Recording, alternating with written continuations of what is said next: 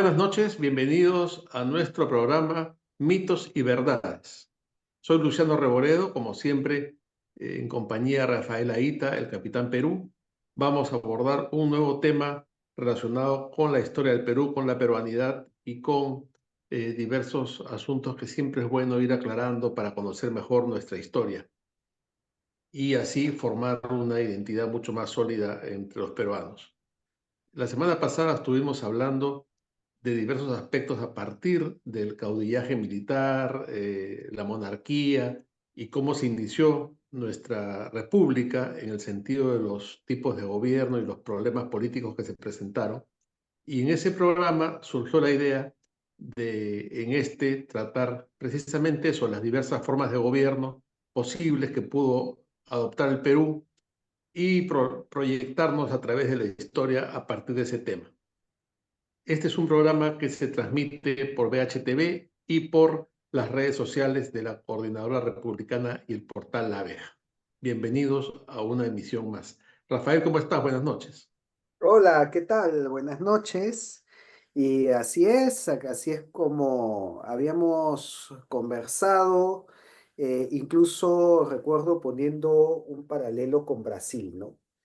Así es. Recordemos que Brasil comenzó como una monarquía con Pedro I, lo cual le permitió tener, no solamente retener su territorio, sino ampliarlo y tener una política expansionista. De hecho, el Perú ha sido uno de los países con el que más territorio ha perdido, con Brasil, sí, y es inevitable preguntarnos si el Perú hubiera comenzado como monarquía, también, ¿no? ¿Qué cambio hubiera sido eso en nuestra historia? Y también, además, si la república es el mejor sistema que nos calza, ¿no? Especialmente cuando vemos las falencias de la democracia, cuando vemos que tenemos una infinidad de candidatos, creo que ya superamos los 20 para unas elecciones, que cuando vemos que los que terminan pasando a segunda vuelta son las peores opciones, cuando vemos que no hay una presencia del Estado en las zonas alejadas del Perú y que, y que muchos peruanos no se ven representados por el Estado.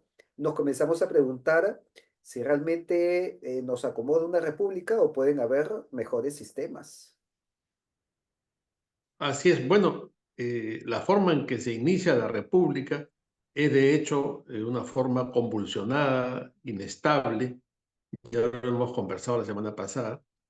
Y como algunos piensan, tal vez se adelantó en el tiempo la idea de establecer república en el Perú, ¿no? Y quizás hubiera sido mucho mejor un proyecto como el que en un momento tenía entre manos San Martín de buscar una monarquía. Ahora, movernos en el terreno de la especulación de qué hubiera pasado, claro, hay indicios que nos permiten establecer ciertas ideas, ¿no? Es lo que se llama, es una palabra curiosa, la ucronía, ¿no? Así Ujú. como hay la utopía, lo que hubiera pasado en un estado perfecto, la ucronía es fuera del tiempo, ¿no? Entonces, ese es un análisis que corresponde a proyectarnos sobre la base de lo que ha sucedido, que podría haber sucedido, que hubiera pasado, pero siempre es un análisis interesante.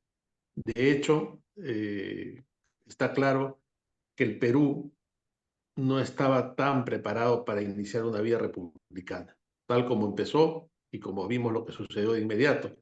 Ahora tú pones el caso de Brasil, donde fue una transición mucho más larga, pasando por este periodo monárquico, y tal vez era el camino. En el programa pasado tú planteaste algo muy interesante, ¿no? Que era la posibilidad que se hubiera buscado, en lugar de que vaya la misión García del Río a buscar un príncipe europeo, tal vez hubiera sido interesante buscar un inca, ¿no? Buscar mantener una monarquía con un origen propio en la tradición prehispánica, ya convertidos obviamente estos incas en súbditos españoles y con una cultura mestiza, católicos, etcétera.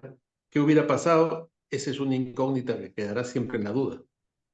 Así es, y si bien pues es difícil plantearnos qué hubiera pasado, sí podemos compararnos con otros países y otros sistemas políticos, especialmente cuando vemos que en líneas generales las repúblicas funcionan en territorios homogéneos, ¿no? Territorios con grupos humanos, con ideas afines y con una misma visión, un mismo proyecto.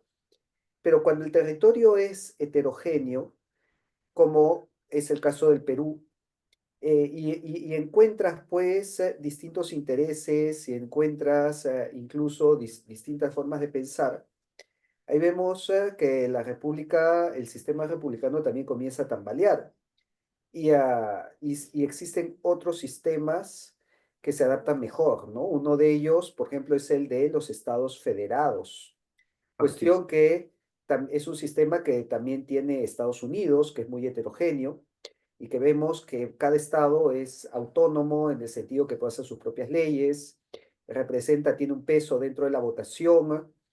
El mismo caso es el de México. México también son Estados Unidos de México precisamente, así como Brasil, ¿no?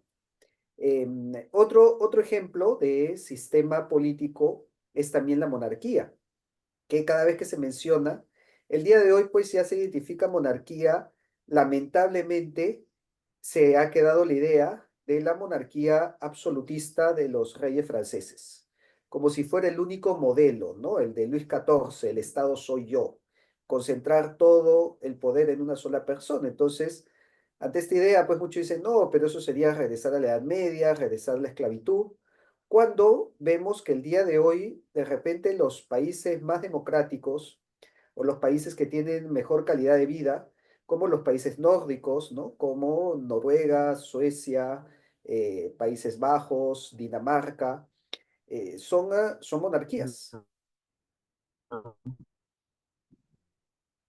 Dinamarca, Claro, la Dinamarca, figura intermedia de la monarquía sobre un estado federal, ¿no? En que estos diferentes estados confluyen en un gobierno central monárquico, pero también mantienen su autonomía, que es otra figura interesante. así es, porque la monarquía tampoco es única, ¿no? La monarquía no es una, un solo sistema, un bloque monolítico, existen distintas formas, ¿no? Y de repente, una de las más interesantes es la de Malasia. Malasia tiene una monarquía rotativa, porque justamente Malasia es un país muy parecido al Perú, rico también en recursos naturales, en el caso de ellos la madera es uno de sus recursos principales. La población es también más o menos semejante, unos treinta y tantos millones de personas, y también tiene una población heterogénea, conformada por distintas etnias. Y lo que han hecho es que cada una de estas etnias tenga un príncipe y entre esos príncipes se va rotando la corona cada cierto tiempo, de tal manera que se evita pues a la aglomeración de poder y la concentración de poder en una sola persona, que es lo que tanto miedo se tiene de la monarquía. Sí, una monarquía rotativa, como tú mencionas, evita el poder absoluto, ¿no? Y eso es interesante porque haces bien en subrayar qué es lo que principalmente asusta un poco al mundo moderno, alejado de lo que es una monarquía moderna.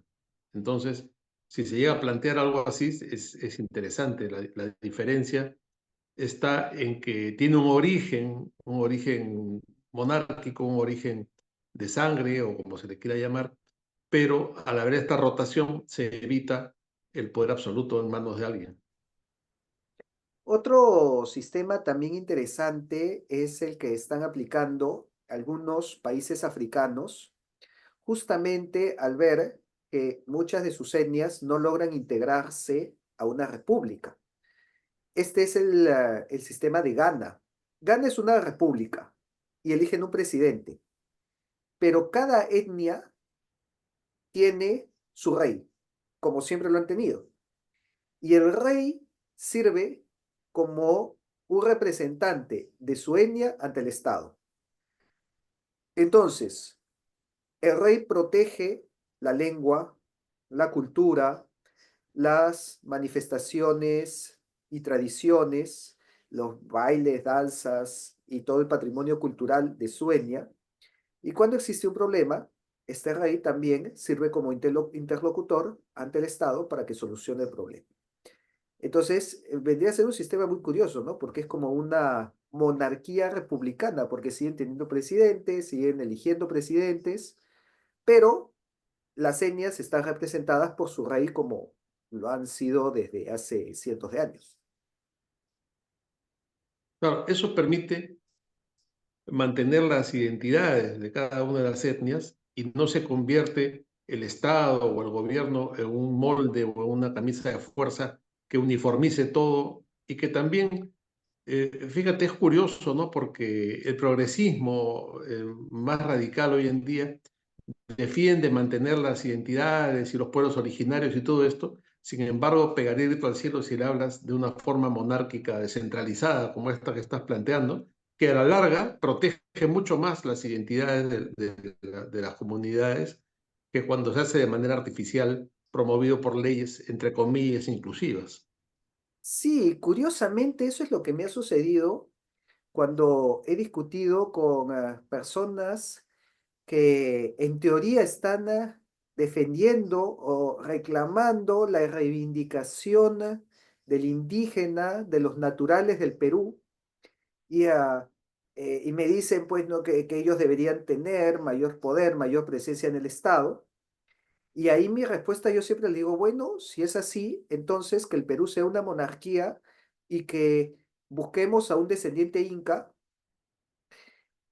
y que este descendiente inca se convierta en rey.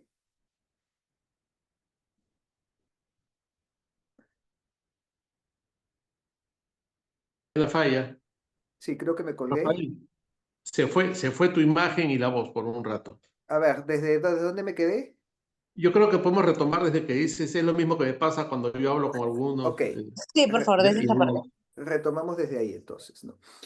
Es lo mismo que me pasa con cada vez que converso con una persona que dice ser indigenista o busca reivindicar los derechos de los naturales en el Perú. Y yo les digo, bueno, si vamos a reivindicar a los naturales, a los aborígenes, a los indígenas, restituyamos la corona del Inca.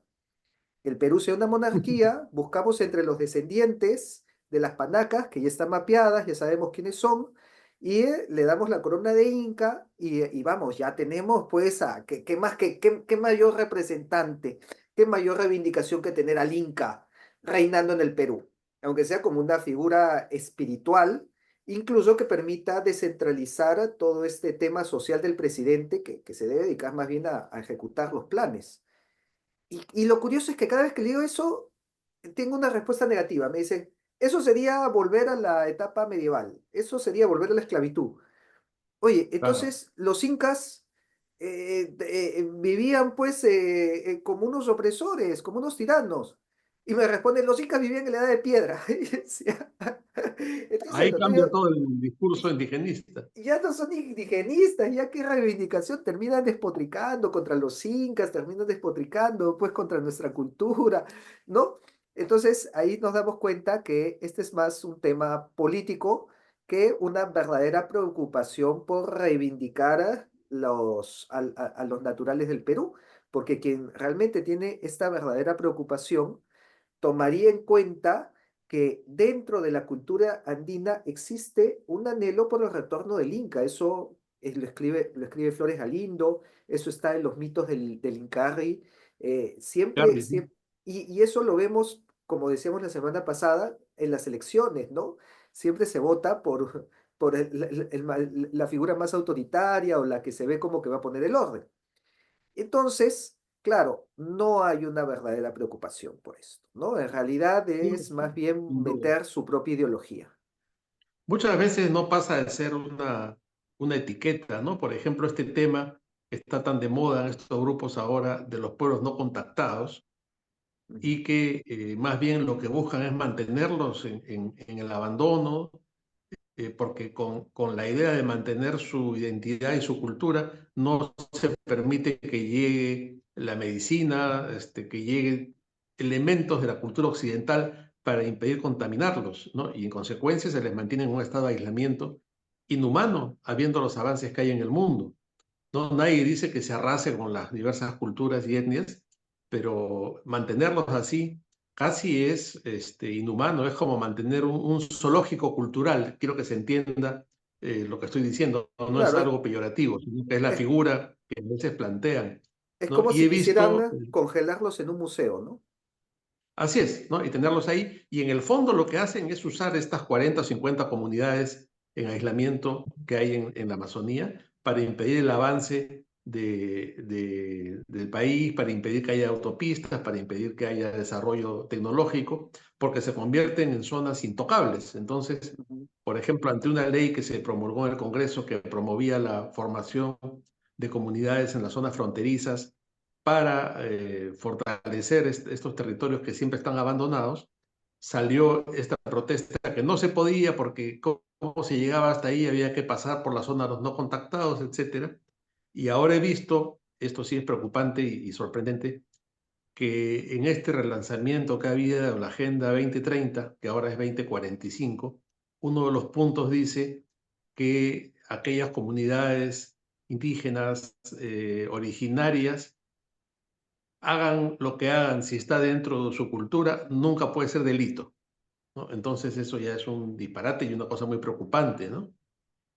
Sí, es sumamente preocupante porque si nosotros también analizamos históricamente, fueron las comunidades y los primeros en asimilar distintas culturas. Recordemos que los incas, la gran ventaja que tenían eran que eran una máquina de asimilación. Los incas te anexaban a los chimú y te tomaban los orfebres chimú y hacían que hagan todas las joyas de oro de Cusco. ¿No? Igual hacía con los paraca, o perdón, con los chincha y asimilaban su comercio, hacían con los collas y asimilaban la forma de tratar la piedra, asimilaban así, iban anexando culturas, iban incorporándolas, iban aprendiendo de ellas y eso lo llevaban hacia otras culturas y era pues como una máquina de asimilación cultural. Y es por eso, cuando llegaron los españoles, inmediatamente. La máquina también absorbió Sí. esa cultura y por eso fueron las panacas las primeras en convertirse al cristianismo y la primera parroquia de Cusco la funda Pauyo Inca, el hijo de Huayna Cápac, y fueron también los que impulsaron la evangelización y los que comenzaron a mezclar los elementos del cristianismo con los elementos occidentales e hispanos, y comienza a salir pues la escuela barroca, la escuela cusqueña, nuevas danzas, nueva forma de hacer música, nueva forma de hacer arte. Entonces, Así es. existe pues como una naturaleza de sincretismo entre los peruanos. Y esto lo vemos también en la comida. A ver, ¿por qué es tan variada nuestra gastronomía? Porque venía una cultura y tomábamos sus elementos, ¿no? Venía inmigración china, venía inmigración japonesa y y estábamos incorporando.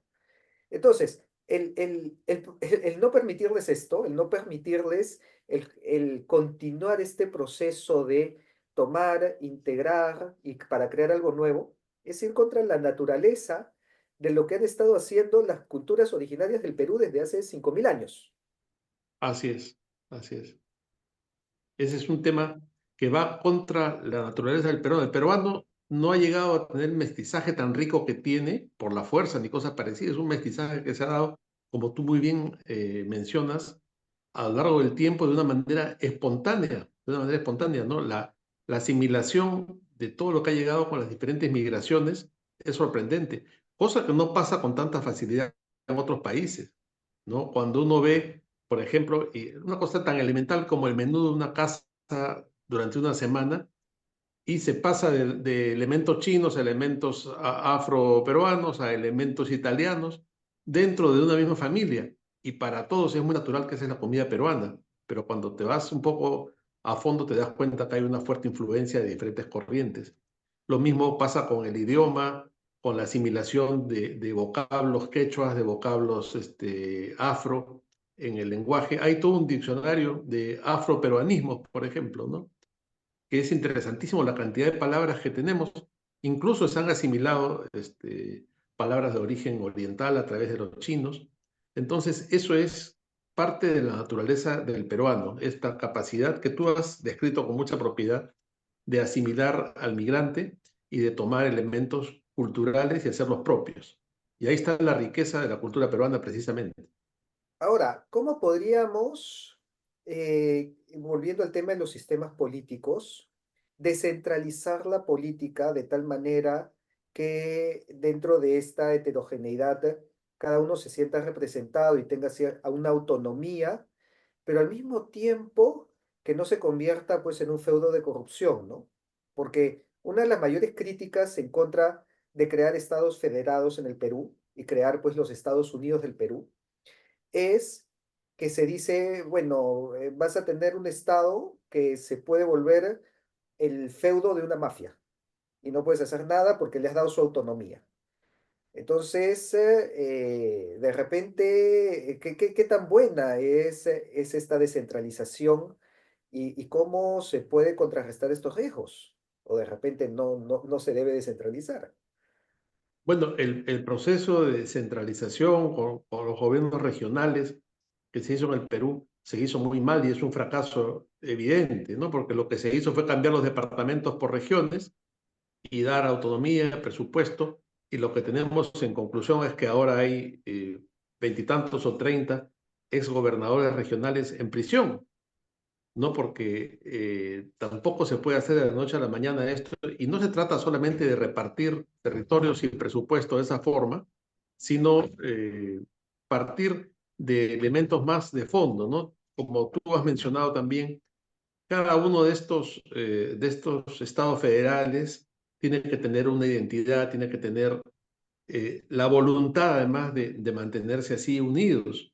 Pero si esta descentralización va a servir, por ejemplo, para darle más autonomía a regiones que están en plan de secesión por influencias políticas como Puno, por ejemplo, no sé qué podría pasar. Tenemos ya algún gobernador regional en Puno que se ha portado muy mal en esta materia, ¿no? Ah, precisamente, ¿no? Al final la descentralización terminó descentralizando la corrupción. Entonces, bueno, también por eso veo importante el crear una figura que vaya más allá de la coyuntura política, ¿no? Aquí yo voy a tomar una frase de Maximiliano de Habsburgo que me gustó mucho, que recordemos pues que los Habsburgo también fueron propuestos como emperadores de México y cuando En le México, sí. preguntaban, ¿no? ¿Qué beneficios te trae una monarquía? ¿Por qué tenemos que tener un rey y un emperador? ¿No? Y él decía, un rey es el que defiende al pueblo de sus políticos, ¿no? Es que esta figura, cuando tú sacas una figura fuera de la coyuntura electoral, ya no, y está perenne, ya no necesita enriquecerse.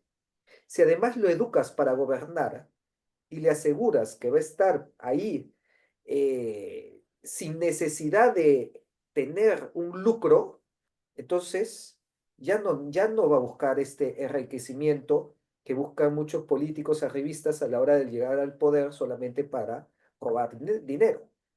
Y de repente eso también ayude a protegernos al pueblo de nuestros propios políticos. Mira, una gran frase que nos deja Rafael reflexionando y nos queda para reflexionar sobre la profundidad de esta frase de Maximiliano y que yo creo que es un buen final para el programa porque nos avisan que nuestro tiempo ha concluido. De manera que será hasta la próxima semana, nos despedimos. Ha sido un programa muy interesante y que yo creo que deja muchos temas para la reflexión y para profundizar en ellos, pensando en un Perú del futuro, un Perú más moderno, con alguna forma de descentralización que funcione y no todo lo que venimos padeciendo con esta democracia nuestra tan débil, tan frágil y a la vez lamentablemente tan corrupta. Así es. Muchas gracias. Ya nos estaremos viendo la próxima semana. Muy bien, nos vemos, nos despedimos. Gracias.